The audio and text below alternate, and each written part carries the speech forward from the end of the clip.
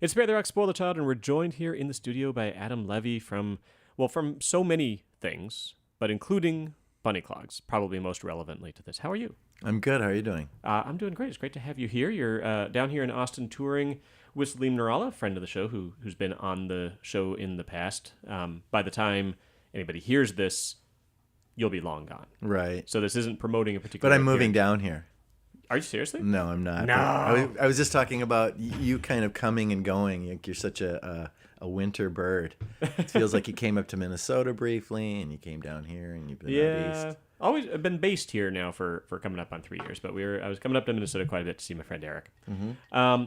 So you've got the new Bunny Clogs record out, Whales Can't Whistle. Is that in fact true that whales can't whistle? It's funny because I was thinking about that title, and in today's educational worlds, was it wrong for me to say whales can't? Because should I have thought of something that whales can do rather than something that whales can't do? It is like too negative. Yeah, like is it too negative? You're not empowering the whales adequately. Right. All the whales. I mean, I sing the whales' praises throughout. Yeah. No, They I can think it's do a other whale cool positive, stuff. It's a whale positive song. and record. I hope it's a whale positive record. And what I understand is that every whale that's listened to it feels better after doing so. That's good to hear. That's what I hear anyway. Well, could we get a song? We sure could. What are you going to hear? What are we going to play first? Well, Whales Can't Whistle is an animal-based record, and the first one we did, More was a food record. So all of the songs on Whales Can't Whistle. There's a few combination food and animal, but this is a song about beetles.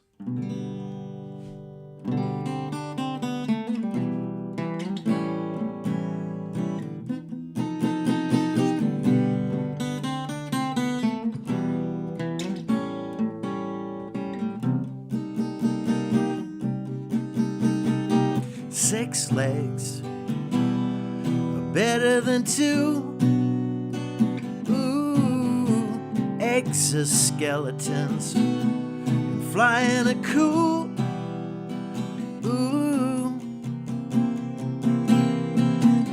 from Japan to Pennsylvania, everybody's got a case of Beatlemania. All the kids love bugs. Once knew a fly named Paul. Oh, he had an aunt named John, cricket cousins George and Ringo, with a Liverpool drawl. From Japan to Pennsylvania, everybody's got a case of Beatlemania. All the kids love bugs. They do all the heavy lifting, all of the garbage sifting. They dominated the earth from the beginning, at least back to 1962. Ba-da-da-da-da-da-da, ba-da-da, ba-da-da, da-da-da-da-da-da-da-da-da-da-da.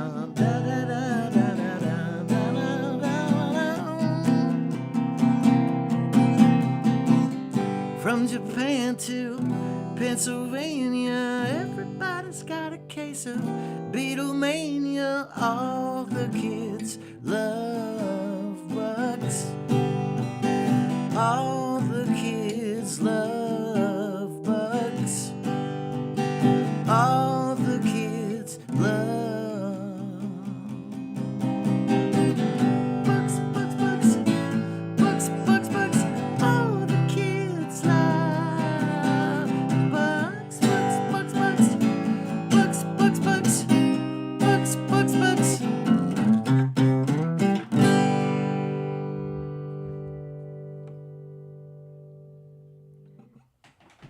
It's Adam Levy playing as Bunny Clogs here on Spare the Rock, Spoil the Child. That was great. Obviously inspired by the Beatles, the actual band, the Beatles, and the Bugs, the And the Beatles. Bugs. All coming together here. So it was a pretty good number of years between the first Bunny Clogs record and the second. What, 6, 7 years, something like that? Yeah. I can't quite remember exactly. 2009 to 2015. Yeah, So it's so almost 6 years. 10 years. And your kids are a big part of these records, right? How did them being now 14 and 11 or something like 16 and 14. 16 and 14. I'm sorry, Yeah. I had the age numbers 15 wrong. and 13 maybe when we started. So but- really similar ages to our kids, actually. How did that aging change what it was like to do the record? Well, now they can. My 14-year-old can actually track stuff. So I went to get Big Sister, who was working at Dairy Queen one afternoon, and we were tracking this exact song that I just played. And I said, do you think you can just sort of track the bridge part and just do a vocal while I'm going to get your sister? And in the 20 minutes it took me to go get her sister and come back, she had tracked like a 3-part Beatles-esque harmony all by herself without any guidance from me. So for people who don't know what that means, it's like she was singing each of those parts along with you had the bass lines or whatever. Yeah, no, she basically just tracked her vocal, and got her levels and everything while I was gone, and just sorted all of that stuff out without any help from me. That's super cool. Pretty impressive, yeah. And tell us a little bit about the art for the record too. Oh, the 14-year-old Ava also she kind of did the collage images for the record too. It's a really beautiful record. So, thanks. So the new record is called Whales Can't Whistle, and you've been playing around Minneapolis some with it. Are you doing? We have. We'll probably do a little regional touring, and sometimes things are a little slow as far as like sowing the seeds to get in the kind of library system regionally and nationally. So. The record is making its way around, and we'll see like if the girls are available to do more touring. I like to do that. The regional stuff we've done has been really fun. Yeah. Well, if you make it down here in March for South by, yeah, we'll hook you up. Would you? Oh, absolutely. Well, they would love that. That's probably around the time of their school break. And now that my daughter's at an art school, she'd get credit for something like this. Yeah, no, we did two big events, and we plan to do 2 big events again next spring. So that would be fabulous. And maybe the Honeydogs would come down too at the same time. It would all work like out. Synergy to me right there. Yeah, I mean the biggest difference when I first started doing the first Bunny Clogs record was kind of a record by accident, and it was me learning how to record in the studio and kind of entertaining the girls. So I would be tracking things and trying to learn how to work this and that. And so I would make up these little kid-friendly ditties to keep them interested, and then have them sing and make noises and record them laughing and all of that. And after doing that a few days, I realized like I could actually make a record, and we'd play it for friends, and they loved it. And my girls loved singing and playing. And, we've been doing shows for the last 8 or so years. As they get older, they start to become more self-conscious on stage. They're becoming teenagers. They're not so interested in singing the kids' songs.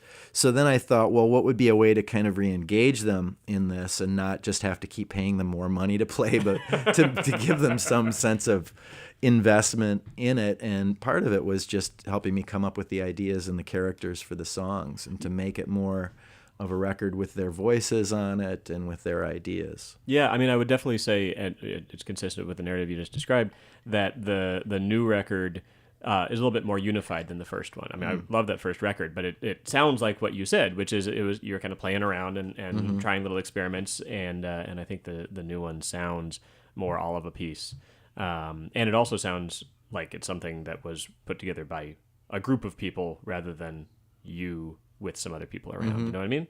Yeah, I mean, a lot of it was done in my house all by myself. But I think the fact that we basically kind of wrote and recorded it in the matter of like a month and a half, I think gives it a little more of cohesion. Yeah.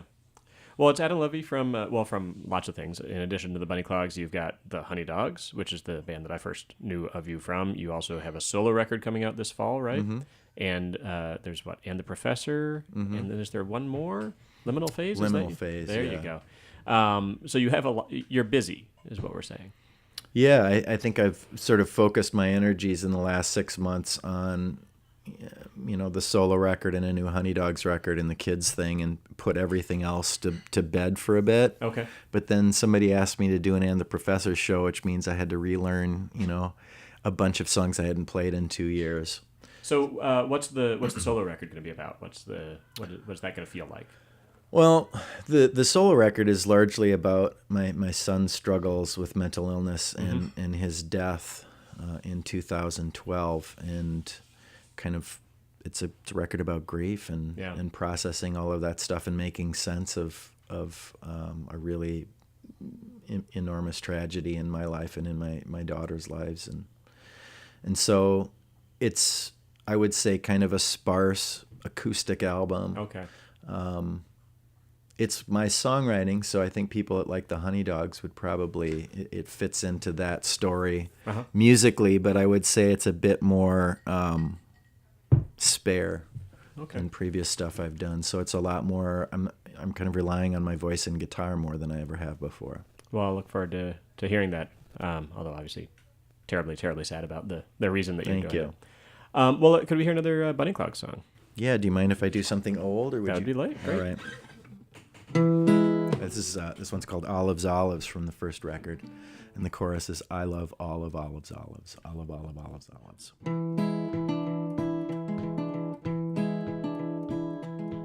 I didn't like Harry's lettuce. Tried some of Olivia's lettuce. Tasted Isabel's squashes. They taste just like galoshes. Ibrahim's eggplant sloshes on my plate. But I love olive, olives, olives. I love olive, olives, olives. I love olive, olives, olives. I love olive, olives, olives. I tasted Isaac's spinach. Think I'm allergic, 'cause now I got a head itch. And I tasted Sophie's fish. Flipped too much on my dish. I make a wish. But I love olive, olives, olives. I love olive, olives, olives. I love olive, olives, olives. I love olive, olives, olives. You don't have to like everything. Just give it a shot. You'll travel far if you just try anything.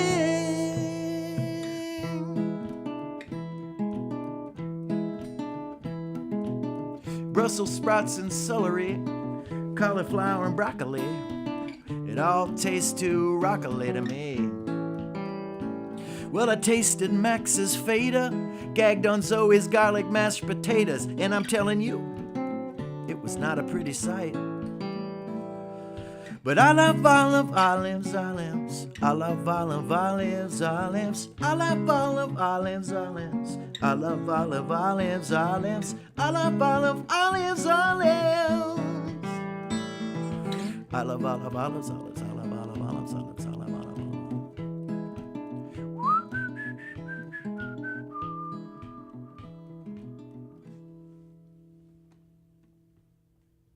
It's Adam Levy here in the studio. Salim Nurallah sitting off to the side here. I can tell you're enjoying this. Have you heard any of these songs before, Salim? No. Yeah, gonna try and get him to start playing these. This is so great. Yeah, you should be playing some of these on your grown-up shows too. Do you ever do any of the Bunny Clogs songs? I do, occasionally. Salim and I both kind of gravitate towards somewhat darker subject matter, and sometimes I feel when I'm playing that I'm taking people down a little too much. Occasionally, people start crying when you play songs about your child dying, as you can understand, and Sure. and then I feel like, well, geez, I should do something to bring them up, but then it feels like I'm soft pedaling or something.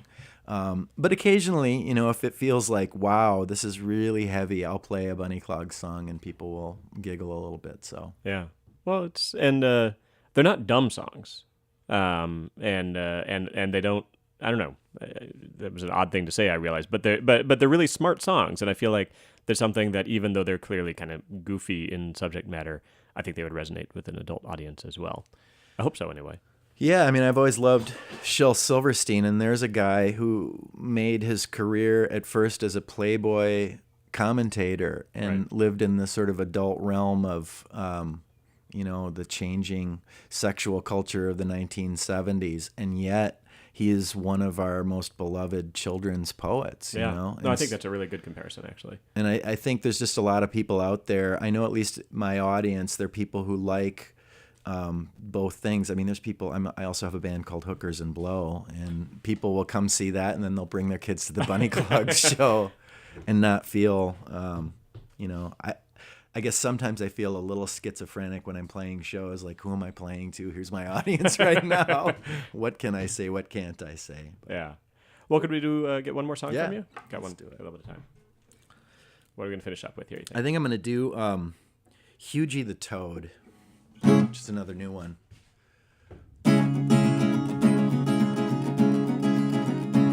His name was Hughie the Toad. He was an amphibious load. His friend the axolotl, and he had no moral code. Hughie and his friend the axolotl are trouble with a capital T. From the shores of the Sea of Cortez to the halls of Montezuma, Hughie believes that everything should be free. One day Hughie saw a baby sloth with a lollipop. He stole it from the pokey mammal's hand. By the time the baby sloth had noticed, Hughie was in Tokyo, Japan. His name was Hughie the Toad. He was an amphibious load. His friend the axolotl, and he had no moral code. Hughie was a bully, and he picked on many fauna. Coatimundi, armadillos, well, munching poblanos. He taunted a Texas tarantula with some guano, and wound up with fang marks on his bottom. His name was Hughie the Toad. He was an amphibious load. His friend the axolotl, and he had no moral code. Let's see if I can remember the next verse. Why was Hughie such a bad guy? Was his childhood filled with such great trauma?